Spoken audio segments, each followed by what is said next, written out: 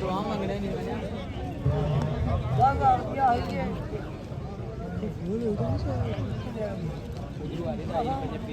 साढ़े 10 काफी पेमेंट ना इस हो गया बस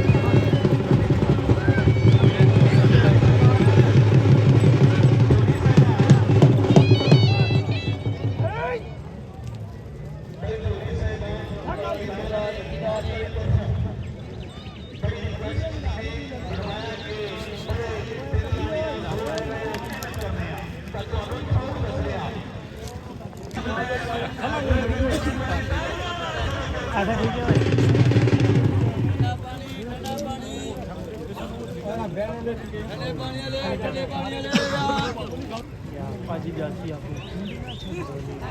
पाजी यार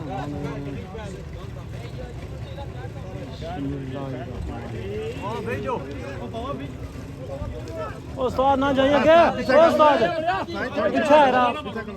अच्छा ठीक है तब बस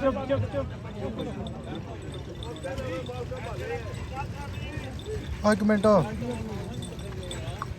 बाहर आ रहा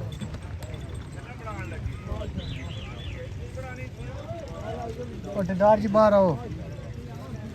और सीटी ना मारे उसकी जने पाया है बैटरी वाले की रोकियो पता है हां बैटरी गाड़ी बजी हुआ था हां थोड़ी देर यार ध्यान करें हां बड़ा लगा मेरा हाफ घंटा भाई जा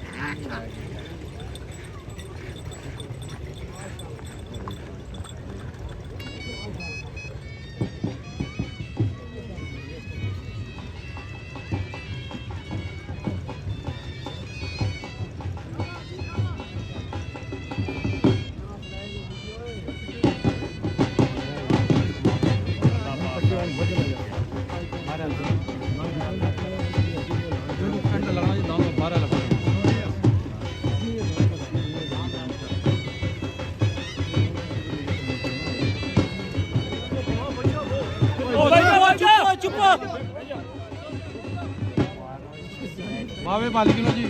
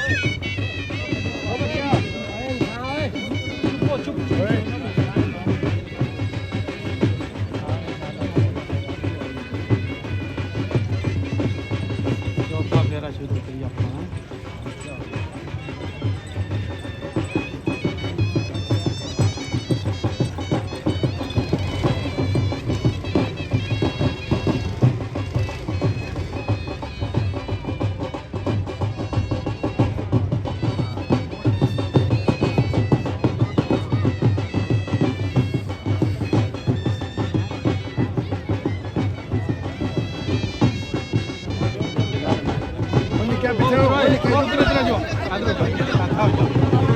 भाई जा ਉਹ ਤੇ ਪਿਓ ਯਾਰ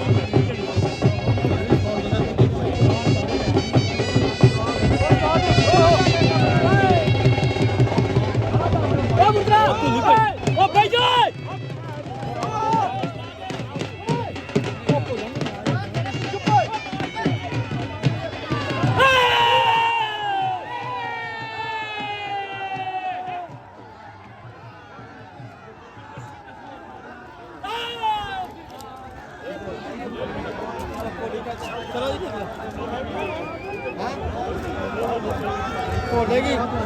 सालस की चलो पीछे रे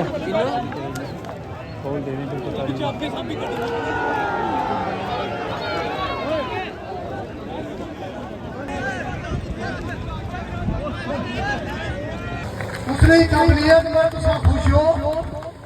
क्योंकि मैं आज रेफरी सा ठीक है तो फैसला वो करना जो रेफरी पहले गल मुक्की हो जे कुछ भी होया गलत होया नहीं सी होना चाहिए ठीक है ना मैं वार्निंग बनना ना मैं फोन बोलना ना मैं किसी ने नहीं ठीक है